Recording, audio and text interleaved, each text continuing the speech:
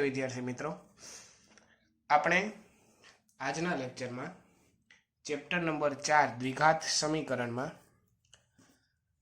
પ્રકાર નંબર 4 જોવાના છીએ, જેનું નામ છે કૂટ પ્રશ્નો. બરાબર. કૂટ પ્રશ્નોમાં 2-3 કૂટ પ્રશ્નો એવા છે જે આ 2020ના સિલેબસમાંથી નીકળી ગયેલ છે, પણ બાકીના બધા આપણે કરવાના છે. ત્રીજા ચેપ્ટરમાં આપણે એવું હતું કૂટ પ્રશ્નો આવતા, પણ એ 2020ના સિલેબસમાંથી કાઢી નાખ્યા છે, એટલે એમાં કંઈ કરવાની જરૂર નથી. પણ આ બધાય આપણે કૂટ પ્રશ્નો કરવા પડશે. તો એમાં સૌથી પહેલાં આવે છે સંખ્યાવાળા કૂટ પ્રશ્નો. બરાબર. પ્રકાર 4માં સૌથી પહેલાં સંખ્યાવાળા કૂટ પ્રશ્નો. એમાં તો પહેલાં તો કે સંખ્યા કયા કયા ટાઈપની હોય એ જોઈએ. તો કે ક્રમિક ધન પૂર્ણાંક સંખ્યા હોય. બરાબર. ક્યારેક તમને એવું કીધું કે ક્રમિક ધન પૂર્ણાંક સંખ્યા છે, તો તમારે કઈ સંખ્યા ધારવાની? તો કે x ધારવાની અને બીજી સંખ્યા x+1 ધારવાની.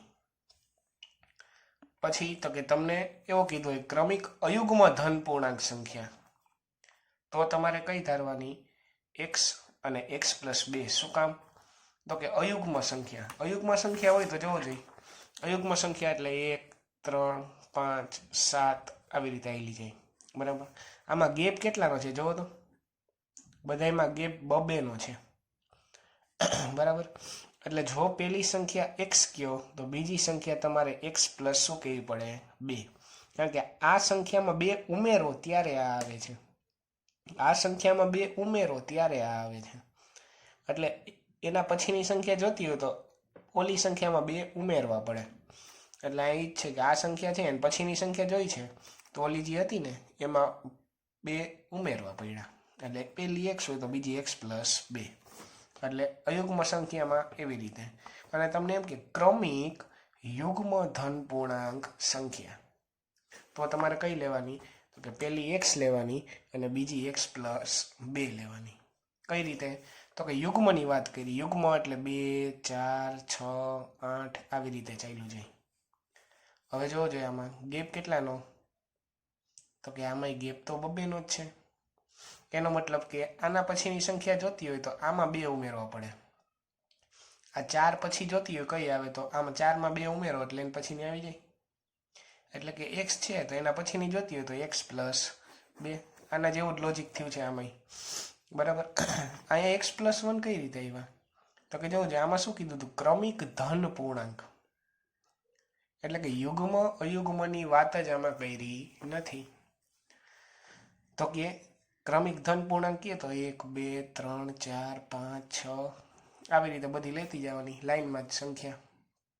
આમાં જોવો જોઈએ ગેપ કેટલાનો છે? તો કે બધાની વચ્ચે 1-1નો ગેપ છે. જો એટલે કે જો આ સંખ્યા હોય એના પછીની જોતી હોય તો તમારે +1 કરવા પડે. આના પછીની જોતી હોય તો +1 કરવા પડે. એટલે કે x છે એના પછીની જોતી હોય તો x+1 કરવા પડે. એટલે આ x ને x+1 થઈ છે 2 સંખ્યા. બરાબર. ક્રમિક.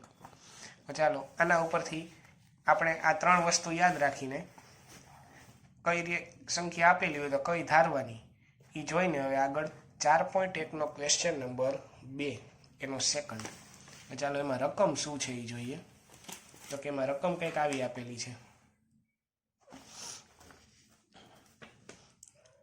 2 ક્રમિક ધન પૂર્ણાંકોનો ગુણાકાર 306 છે. શું આપ્યું? તો કે ક્રમિક ધન પૂર્ણાંકો આપ્યું. ક્રમિક ધન પૂર્ણાંક કીએ તો કઈ ધારવાની હોય? તો કે આપણને ઉપર હમણાં જોઈ ગયા જો ક્રમિક ધન પૂર્ણાંક કીએ તો તમારે કઈ ધારવાની? પેલી સંખ્યા x ધારવાની, બીજી સંખ્યા x+1 ધારવાની. બરાબર. એટલે આપણે જો ધારી લીધું કે ધારો કે પહેલી સંખ્યા x છે અને બીજી સંખ્યા x+1 છે. બરાબર. પેલી સંખ્યા x ધારો એટલે બીજી x+1 ક્રમિક ધારી જ લેવાની છે.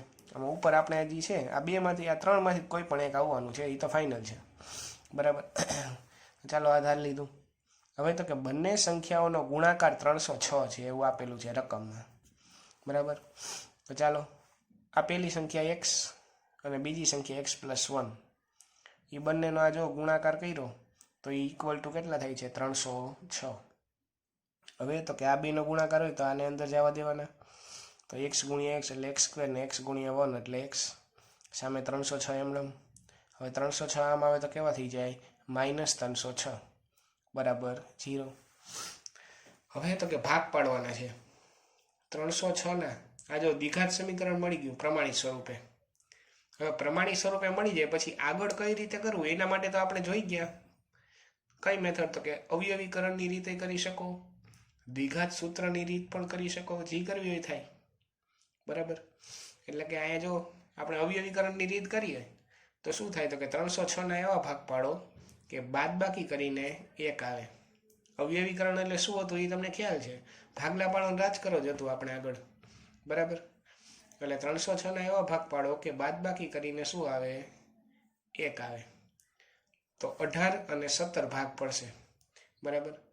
એટલે મધ્યમ પદની દિશાની મોટા પદને અને બાદબાકી કરીને લઈ આવવાના છે, એટલે બેની વિરુદ્ધ રાખવાની, એટલે આ પ્લસ છે તો આ માઇનસ બરાબર. એ કઈ રીતે કરવું એ તમને આવડે જ છે, આગળ આપણે જોઈ ગયા આવા ઘણા બધા સમ્સ કર્યા હતા. 2 કાઉન્સ મળી ગયા, પછી તો કે પહેલો કાઉન્સ બરાબર 0, બીજો કાઉન્સ બરાબર 0, 18 પ્લસ છે આમ આવે તો માઇનસ, 17 માઇનસ હતા આમ આવે તો પ્લસ. હવે -18 શક્ય નથી. શું કામ શક્ય નથી? કારણ કે આપણને જો રકમમાં કીધું, રકમમાં એમ કીધું કે ક્રમિક ધન પૂર્ણાંકો, એટલે જે બે પૂર્ણાંક છે એ બે કેવા છે ધન છે, એટલે પ્લસમાં છે, એટલે કે માઇનસ શક્ય નથી. એટલે x બરાબર તમારો જવાબ શું આવ્યો 17. એટલે પ્રથમ સંખ્યા 17 છે અને બીજી સંખ્યા 18 બરાબર. કારણ કે બીજી સંખ્યા આપણે શું થઈ રહી હતી x + 1, એટલે જે 17 હતા એમાં એક ઉમેરી દો એટલે કેટલા આવે 18. એટલે બીજી સંખ્યા 18 છે. આપણે શીખવાનું ખાલી અહીંયા સુધી જ છે, આટલું જ. બાકી આ બધું તો તમે આગળ કરતા જ આવ્યા છો કે ભાઈ આવું મળી જાય પછી શું કરવાનું, તો કે અંદર ગુણવાના, એ કઈ રીતે ગુણવા એ આપણે જોઈ ગયા. પછી બધાને એક બાજુ ભેગા કરવાના એ જોઈ ગયા, આવી રીતે ભાગ પાડીને આગળ શું કરવું એ જોઈ ગયા. અને કૂટ પ્રશ્ન છે એટલે આપણને ખબર છે કે આપણે નીચે આવડિયા 2 લીટી લખવાની થશે.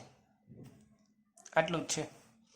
ચાલો એના પછીનો એક સમ જોઈએ, એ છે 4.2 નો ક્વેશ્ચન નંબર 3. તો ચાલો 4.2 માં વયા જાય. એનો ક્વેશ્ચન નંબર 3 રકમ શું કહે છે એ જોઈએ. ચાલો આમાં રકમમાં શું કહે છે ત્રીજા ક્વેશ્ચનમાં, કે 2 એવી સંખ્યાઓ શોધો કે જેમનો સરવાળો 27 અને ગુણાકાર 182 હોય બરાબર. એનો મતલબ કે એવી 2 સંખ્યા શોધવાની છે જેમનો સરવાળો 27 થાય. એટલે આપણે જો ધારી કે ભાઈ પહેલી સંખ્યા પ્લસ બીજી સંખ્યા કરો એટલે શું આવવું જોઈએ 27 આવવું જોઈએ. અને બીજી શરત શું આપી છે કે ગુણાકાર 182 હોય, એટલે કે પહેલી સંખ્યા ગુણ્યા બીજી સંખ્યા બરાબર 182. આવી 2 શરત છે બરાબર. શરતમાં આવું આપ્યું છે પહેલી સંખ્યા પ્લસ બીજી સંખ્યા 27 અને પહેલી સંખ્યા ગુણ્યા બીજી સંખ્યા 182. આપણે આખું વિચારીને પહેલી સંખ્યાને તો x ધારી જ લેવાનું છે બરાબર. તો લખી નાખ્યું, ધારો કે પહેલી સંખ્યા x છે, એ જ લખીએ કે ધારો કે પહેલી સંખ્યા x છે. ચાલો x ધારી લીધી. હવે તો કે જોઈ બીજી સંખ્યા શું થાય, વિચાર આવે આ બે જોઈને. તો કે આપણે પહેલી સંખ્યાને x કહી દીધું ને, તો ચાલો આમાં મૂકીએ કે પહેલી સંખ્યા શું છે x છે, એ તો હવે ખબર પડી ગઈ. બીજી સંખ્યા શું છે ખબર છે, તો કે ના, તો કે બીજી સંખ્યા બરાબર 27 ના 27. હવે જોજો x આ બાજુ પ્લસ છે, x આ બાજુ જાય તો કેવા થઈ જાય માઇનસ. તો અહીંયા બીજી સંખ્યા એમણે 27 ને કેવા x થઈ ગયા માઇનસ. એટલે કે તમને બીજી સંખ્યા શું મળી 27 માઇનસ x બરાબર. તો બીજી સંખ્યા ઓટોમેટિક આ શરતમાંથી મળી ગઈ. આપણે દર વખતે પહેલી સંખ્યાને તો x ધારી જ લેવાનું છે. પહેલી x ધારી લીધી, હવે x આ બાજુ ગયા એટલે માઇનસ x થઈ ગયા, એટલે બીજી સંખ્યા શું થઈ 27 માઇનસ x બરાબર. એટલે આ બીજી સંખ્યા મળી ગઈ કે 27 માઇનસ x છે બરાબર. તો બે સંખ્યા મળી ગઈ. હવે તમને શું કીધું હતું બીજી શરત? તો કે બીજી શરત એવી કીધી હતી કે પહેલી સંખ્યા ગુણ્યા બીજી સંખ્યા કરો ને તો 182 આવે, એટલે કે બેનો ગુણાકાર કરો તો 182. તો ચાલો લખી નાખો એ જ વસ્તુ કે બંનેનો ગુણાકાર 182 છે, એટલે કે x એના ગુણ્યા શું કરવાનું 27 - x, આ બેનો ગુણાકાર બરાબર 182. હવે તો કે x ને અંદર ગુણી દો એટલે x ગુણ્યા 27 એટલે 27x, x ગુણ્યા x એટલે x સ્ક્વેર બરાબર 182. હવે તો કે x સ્ક્વેર વાળું પદ માઇનસ છે, બરાબર. તો આપણે તો x સ્ક્વેર વાળું પદ હંમેશા કેવું જોઈએ? પ્લસ જ જોઈ છે. તો આપણે શું કરશું? તો કે x સ્ક્વેર વાળા પદને આમ લઈ જશું. તો x સ્ક્વેર વાળું પદ માઇનસ છે, આમ જાય તો કેવું થઈ જાય? પ્લસ 27x પ્લસ હતા, આમ જાય તો કેવા થઈ જાય? Minus 27x. અને ઓલા 182 જે હતા એ તો એઝ ઇટ ઇઝ 182, અહીંયા વધે 0, બરાબર. શું કર્યું? તો કે x સ્ક્વેર આમ ગયા એટલે પ્લસ 27x પ્લસ હતા, આમ આવ્યા એટલે માઇનસ, અને 182 તો અહીંયા જ હતા એટલે એની નિશાની કંઈ ચેન્જ થાય નહીં, એટલે આવું મળ્યું. તો આ મળી ગયું દ્વિઘાત સમીકરણ. લ્યો આપણે નવું તો આટલું જ હતું, ખાલી આ ઉપરનું આટલું. પછી તો કે આગળ તો તમને બધું આ તો આવડે જ છે કે અંદર ગુણી દેવાના ને પછી એક બાજુ ભેગા કરવાના, સ્ક્વેર વાળું પદ હંમેશા પ્લસ રાખવાનું, એ બધી તો ખબર જ છે, બરાબર. તો આ શું થયું? તો કે 182 એવા ભાગ પાડો કે સરવાળો કરીને 27 આવે. તો ચાલો આ ભાગ કેવી રીતે પાડવા? તો કે ચાલો જોઈએ, 182 છે, ચાલો એના ભાગ પાડીએ. એ એકવાર શીખડાવી દો ભાગ કઈ રીતે પડાય ને મોટા એ. ચાલો પહેલાં 182 2 સાથે ચાલે છે? તો કે હા ચાલશે, કારણ કે આ બેકી સંખ્યા છે. તો ચાલો 2 સાથે ચલાવો તો 2 × 9 = 18 અને 2 × 2 91 ગુણ્યા 2 કરો ને એટલે 182 થાય. હવે તો કે 91 2 સાથે ચાલે છે? તો કે ના, નથી ચાલતા. 3 સાથે ચાલશે? તો કે 3 સાથે નહીં ચાલે. આ 91 છે ને એ એક જ આવે કે 13 + 91, બાકી એકના ઘડિયામાં 91 આવે નહીં, બરાબર. 13 + 91 પડશે આને. હવે તો કે આ બેન ભેગા કરી નાખો તો 7 દુ કેટલા થાય? 14. એટલે આનો મતલબ એ થયો કે 14 અને 13 નો ગુણાકાર કરશો ને તો 182 આવશે. એટલે કે આ બે ભાગ કોના છે? એ 182 ના જ છે. અને આ બેનો સરવાળો કરો તો 14 નો ને 13 નો 27 આવે છે? તો કે હા, આવી જાય. એટલે આપણને આપણા બે ભાગ મળી ગયા, 14 અને 13. ચાલો નિશાની કઈ રીતે મૂકવાની? તો કે મધ્યમ પદની નિશાની મોટાને દેવાની, તો ફિક્સ જ છે. હવે તો કે આને કઈ દેવી? તો કે સરવાળો કરીને લઈ આવવાના હતા. સરવાળો હોય તો બે ભાગની નિશાની સરખી રાખવાની, એટલે આ માઇનસ છે તો આ કેવી રાખવી પડશે? માઇનસ જ. એટલે પહેલો કાઉન્સ મળશે x - 14 અને બીજો કાઉન્સ x - 13. હવે તો કે બે કાઉન્સ મળી ગયા પછી પહેલો કાઉન્સ બરાબર 0 ઓર બીજો કાઉન્સ બરાબર 0, બરાબર. 14 આ બાજુ જાય તો પ્લસ, 13 આ બાજુ જાય તો પ્લસ. તો આ બે સંખ્યા મળી ગઈ, એક સંખ્યા 14 અને એક સંખ્યા 13. હવે શરતનું પાલન કરે છે કે નહીં જોઈ. આપણને શું કીધું હતું કે પહેલી સંખ્યા પ્લસ બીજી સંખ્યા કરો તો 27 થવું જોઈએ. તો આ અને આનો સરવાળો કરો, 27 થાય છે? તો કે આ બે સંખ્યાનો ગુણાકાર 182 થવો જોઈએ કીધું હતું. તો જો ગુણાકાર કરો આ બેનો 182 થાય છે? તો કે આ થાય છે, બરાબર. 14 × 13 એટલે 182. બે શરતનું પાલન કરે છે એટલે તમારો જવાબ કેવો છે? સાચો. નીચે લીટી લખી નાખવાની. તેથી પ્રથમ સંખ્યા 14 અને બીજી સંખ્યા 13 છે. પ્રથમ સંખ્યા 13 અને બીજી 14 છે એમ લખો તો ચાલે, આમાં કંઈ ખોટું પડે નહીં. ચાલો એના પછીનો 4.2 નો જ ક્વેશ્ચન નંબર 4 જો આવડો શું કહે છે? તો કે જેના વર્ગોનો સરવાળો 365 થાય, વર્ગોનો સરવાળો શું થવો જોઈએ? 365. એવી બે ક્રમિક ધન પૂર્ણાંક સંખ્યાઓ શોધો. આવું કંઈક કીધું છે. આ કેમ કરશું? તો કે આપણને ખબર છે કે ધન પૂર્ણાંક સંખ્યા કીએ ક્રમિક ધન પૂર્ણાંક, એટલે આપણે કઈ ધારવાની? તો તો કે પહેલી સંખ્યા એક્સ ધારવાની અને બીજી સંખ્યા એક્સ પ્લસ 1. આપણે આગળ જોઈ ગયા, ઓલી 3 લાઈન હતી સ્ટાર્ટિંગમાં જ, બરાબર. એટલે કે આપણે લખી નાખશું કે પ્રથમ સંખ્યા એક્સ છે, પહેલી સંખ્યા એક્સ છે અને બીજી સંખ્યા એક્સ પ્લસ 1 થાય, બરાબર. હવે શું કીધું હતું? જો સંખ્યા ધાર લીધી. હવે શરત શું હતી? તો કે એના વર્ગોનો સરવાળો કરો ને તો 365 થાય છે. ચાલો વર્ગોનો સરવાળો એટલે આ બેનો વર્ગ કરવો પડશે પહેલા. એટલે કે એક્સનો વર્ગ કરો તો એ એક્સ સ્ક્વેર થાય અને આનો વર્ગ કરો એટલે એક્સ પ્લસ 1નો સ્ક્વેર, બરાબર. બેનો વર્ગ કરી નાખો. હવે વર્ગોનો પાછો શું કરવાનો છે? તો કે સરવાળો. બેના વર્ગ કરી નાખ્યા પછી બેનો શું કરવાનો? સરવાળો. તો એનો જવાબ શું આવે છે? 365. આવું કીધું છે શરતમાં, બરાબર. આનો મતલબ એવો થાય વર્ગોનો સરવાળો એટલે પહેલા વર્ગ કરી નાખવાના પછી કરવાનો સરવાળો. એ 365 છે. હવે તો આપણને આગળ આવડે કઈ રીતે કરવાનું. પહેલાં આનો આખાના વર્ગનું વિસ્તરણ કરવું પડશે. એટલે એ આવું થાય એક્સ સ્ક્વેરના X square as it is રહે પહેલાં, પછી આનું થાય x square plus 2x plus 1, પછી ઓલા એક્સ સ્ક્વેરના એક્સ સ્ક્વેર એટલે 2x સ્ક્વેર થઈ ગયા, બરાબર. આ સ્ટેપ ડાયરેક્ટ કરેલું છે કારણ કે હવે આપણે આવા ઘણા બધા દાખલા કરી લીધા છે એટલે આપણને આવડે.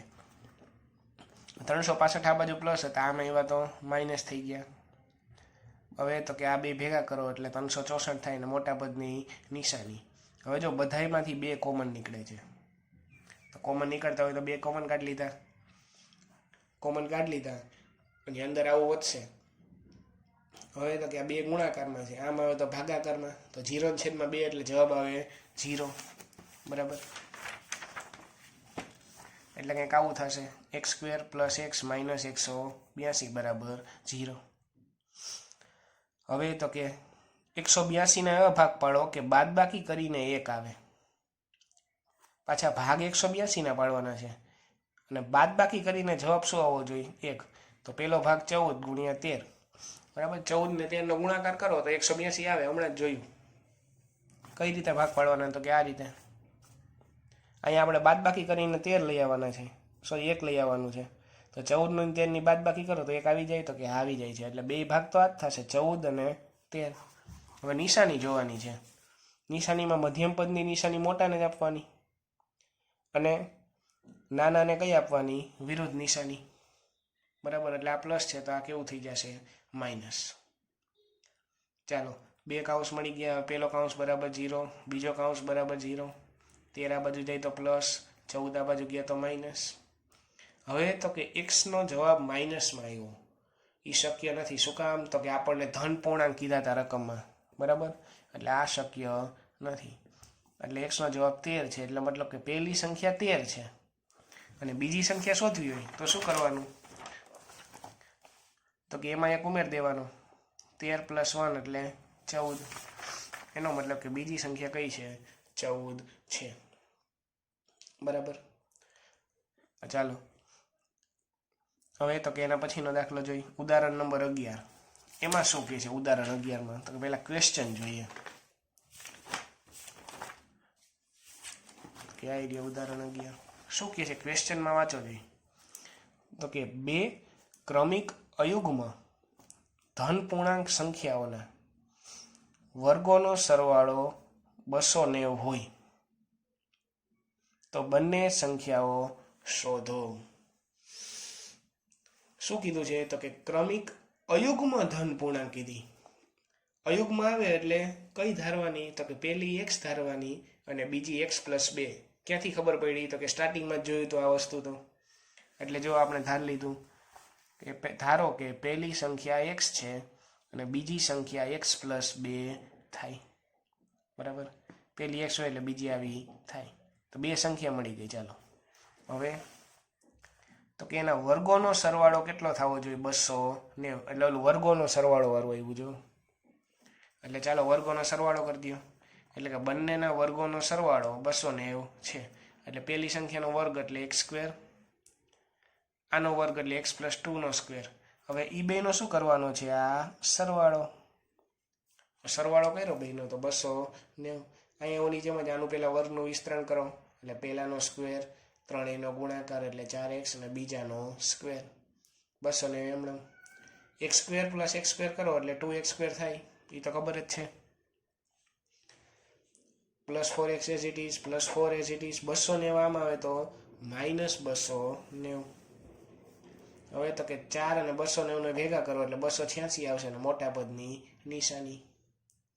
હવે તો કે બધાયમાંથી જો બગડો કોમન નીકળે છે, તો 2 કોમન કાઢી લીધો.